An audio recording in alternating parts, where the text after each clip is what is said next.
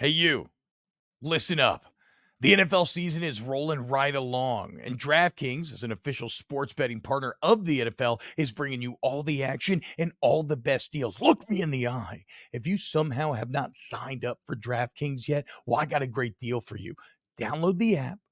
Use the promo code T-Bob, T-B-O-B, and when you bet $5 on any NFL game, you get $200 in bonus bets instantly, which you can then go play with. But T-Bob, I love snaps, I love you, and I've already signed up. Well, guess what? DraftKings is taking care of all their customers throughout spooky season as you get game day sweeteners the entire month of October. So whether you're new, whether you've been around here for a while, DraftKings is the most fun place to play. It's taking care of you. Again, if you're signing up for the first time, promo code T-Bob, $5 NFL bet, nets you $200 in bonus bets instantly. So let's have some fun watching the games this spooky season. DraftKings, the crown is yours. Is there a better sports month than October? The best way to get tickets to any games is on the Game Time app, the fastest growing ticketing app in the United States. You got this weekend, number 3 Ohio State hosting number 7 Penn State, a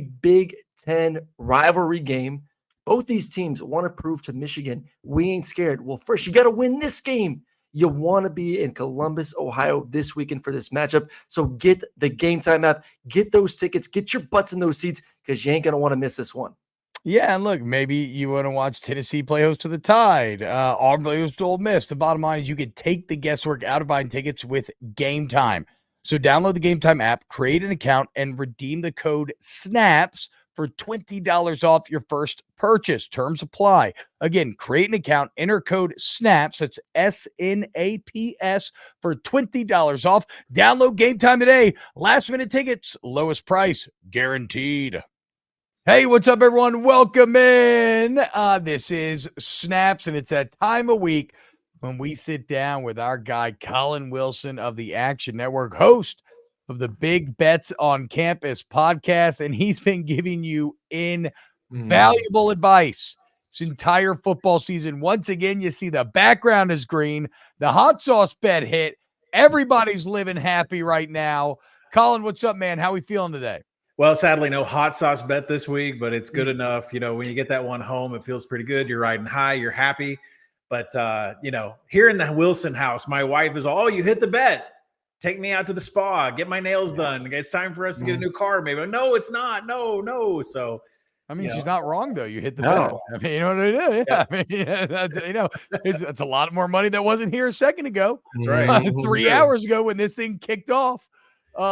It's a little dangerous, Colin, because you're doing so well that I can see a devilish glint in Aaron's eye, and he's, speaking of new cars, going all in. Speaking of new cars, we're exactly. shopping for the wife right now. So, I mean, got to pay for that. Got to pay the bill somehow. Be a man, Aaron. Do what I did. I'm going double minivan. I'm getting a second minivan to pair with the first because I'm so in love with it, dude. I just want to afford my own golf cart. I live on a golf course. I just want to have my own cart, have my own cooler of beer, have my own radio. That's all I want is a golf cart. So, well, a couple more hots. You keep this up, Colin. We're going to get there by season's end. Remember, Colin, like you said, catch all his content at the Action Network. Also, Big Bets on Campus. Listen to it.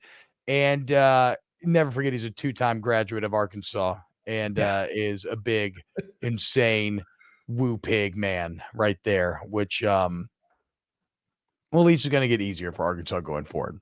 We'll say that. All right. So how this works is we're going to go through 3 games today. We're going to do Ohio State, Penn State, Tennessee, Alabama, Utah, USC, and then we'll get Colin's best 2 plays. But first, let's talk about Brock Bowers. And me and Aaron talked about earlier this week. Aaron was basically trying to tell me that Brock Bowers being out was no big deal. I guffawed. I said, what? You're being a homer. You're insane. Not only are you losing somebody who has double the statistical production of everybody else on the team, but you're losing a very unique weapon in Brock Bowers. As our Sherpa in this chaotic college football wilderness, Colin, what's your take on the Georgia Bulldogs losing maybe the most unique weapon in the country? Yeah, this is going to be scary to hear this, but I don't think it matters whatsoever. And when you look at the high-level stats, There's a difference between the 12 formation and the 11 formation for the Georgia Bulldogs. 12 is with the 2 tight end set. But when you look at 11, when there's only 1 tight end, whether that's Oscar Delp or Brock Bowers, Georgia has been a more explosive passing offense, and they've had a higher success rate in third downs, standard downs, everything in 11. So if they go back to 11, they have all these weapons on the outside with Ra Thomas and Dominic Lovett. And oh, by the way, Ladd McConkey, a huge piece to the national championship game last year, is now back a part of this team, healthy, and he's the one that does the crossers. He's the one that's over the middle, and that's going to take up a lot of what Brock Bowers does. And remember, Brock Bowers usually catches the ball no deeper than 5 yards down the field. Generally, it's behind the line of scrimmage with a lot of motion and moving offensive linemen. It just makes the difference. It makes the offense a little bit different under Mike Bobo, who now can go back to his roots, which is running 4 verts and hitting down the sidelines all the time. So I hate to say it, but I don't think it matters that much. I think it makes. I think in the long run, it makes them better. Straight up, it's gonna make them better when it's all said and done. If they're undefeated and when they get Brock back, so you've just been empowered by Colin to now say Brock Bowers has made Georgia better. Like legitimately, Colin. I'm saying it's going to make them better. I'm not saying it made them better right now. I'm saying it is going to make them better by once, like Colin alluded to, this offense opening up and seeing what it can really do at that next gear, and then bam, all of a sudden you throw Brock back into the equation. It's dangerous, man. It's dangerous. T-Bob doesn't want to hear it because he's the biggest Georgia hater out there. That's the group chat, Colin. It does. But I mean, think if you're Florida and you're trying to game plan defensively against Georgia's offense, like you have a bunch of film of Brock Bowers that's now useless. It's in the trash. I don't care about the Florida game. You know, I think Georgia's going to win the SEC and go to the playoffs. I just don't think they're going to win a championship. Okay, so that's all I'm saying, Aaron. If that makes me a hater, so be it. All right, let's dive into the games though. And Colin, I don't have a great read on this one. I talked about it on yesterday's show. I ended up falling on the Penn State side of the equation. Ohio State, Penn State. What do you think the best play is here? Yeah, I fall on the Penn State side too. I power rate this at 3, so automatically I jumped on Penn State on opener. It looks like there's some real huge buyback in the market on Ohio State. I think there's going to be a tug of war around the number of 4. The bet that I've got, the money I've got down right now is first half under. If you look at this series dating back to 2017, there's never more than 10 points in the first quarter. Both these offenses are going to come out with scripted plays from Ryan Day, James Franklin, Mike Yurcich. And I don't expect Penn State to change in the struggles that they've had creating explosive plays. Katron Allen and Nick Singleton, they have a limited number of explosive runs. They're under 3 yards per contact. And Drew Allers only attempted 11 passes over 20 yards. Like Sean Clifford had 36, 46 passes over 20 yards. Why is Penn State and Mike Yurcich so just holding Drew Aller back from what we know he can do? Yeah, he has 15 touchdowns, but he only has 3 big-time throws. That means Penn State has kept him from being risky. I think Penn State's defense, their secondary, best in the nation by far. Havoc, coverage, secondary, they're going to give Kyle McCord all kinds of trouble. So give me a first half under. We'll see if they throw haymakers in the second half, but I like Penn State to win the game. So I've seen the lines plus 4.5. You like so you like Penn State money line. Well, I mean, I have Penn State futures on them to make the playoff, not to win the Big Ten, because I think you can lose this game and still find your way as it ends. So I have Penn State to make the playoff futures. So I do have a little money on Penn State plus 4.5, but I have more money on them to make the playoff. So I'm just going to sit back and enjoy my first half under. Okay, hell yeah. I'm feeling unders all over the place this entire weekend. Alabama hosting Tennessee right now. Alabama is given 9 points at the moment. How do you feel about this game? Well, I think you're on the right track with the underthinking there, but I'm a little nervous about this being a revenge game for Saban and what he does when he's pissed off, which seems very pissed off lately. And but I think the thing is, like, how does Tennessee score? Like, I just been having problems with Joe Milton even before the season started. His accuracy is not there in downfield passing. 8 of 25 on throws over 20 yards with 36% adjusted completion rate.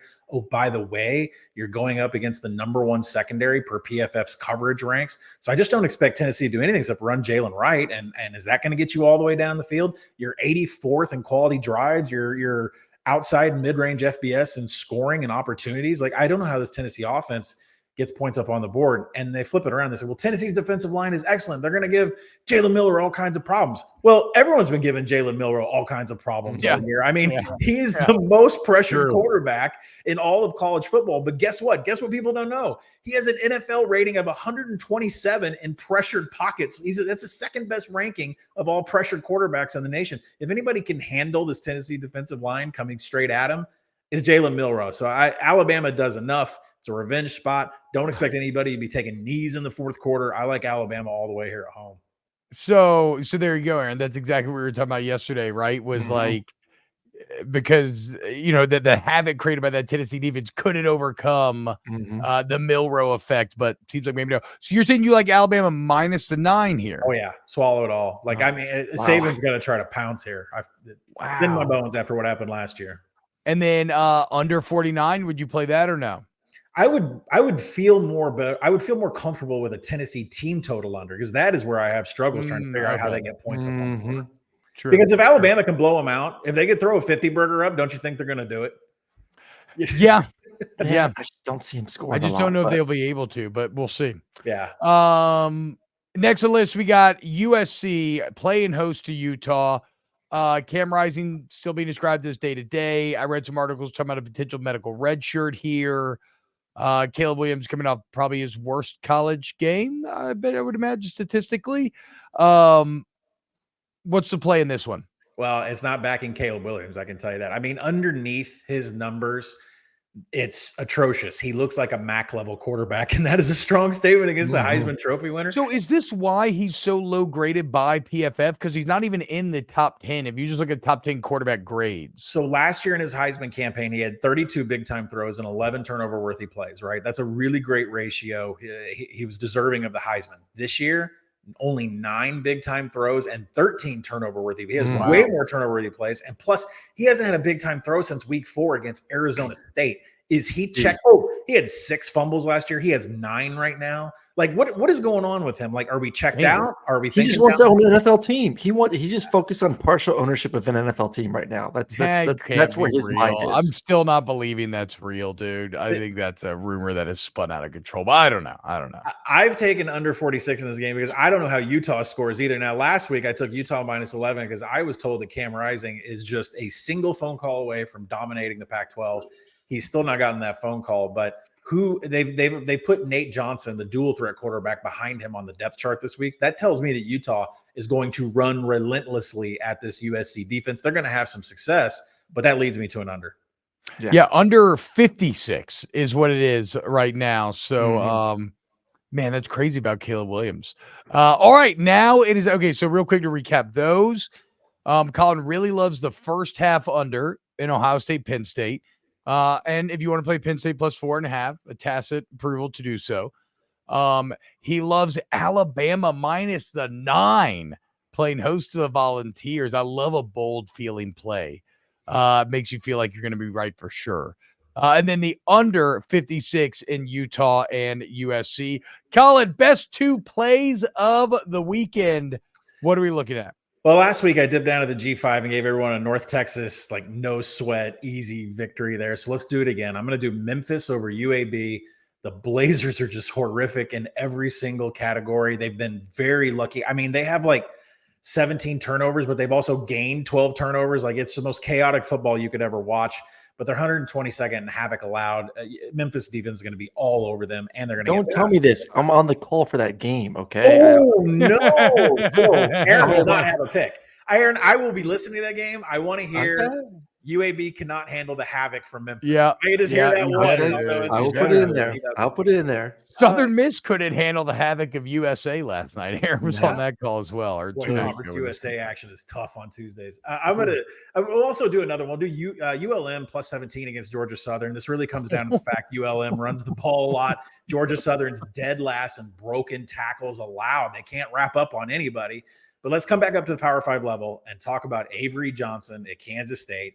5 rushing touchdowns last week. When I go and look at TCU's metrics from that 3-3-5 stack they have, they're not good at controlling the line of scrimmage. They're not good at stopping the rush. They're not good at stopping designed rush, and that's all Avery Johnson is when he splits time with Will Howard. I think Kansas State is going to dominate the trench against TCU and run them up. All right. So that's just the Kansas State minus 6.5 there. Yep.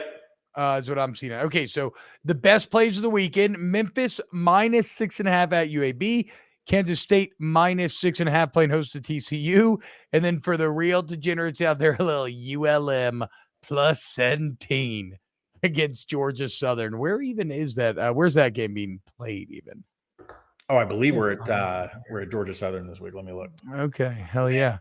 Go Warhawks, baby. Well, I place all your bets every week, so I'm very excited to immediately hang up here. Yeah, there it is, plus 17 on the road. Okay, there we go.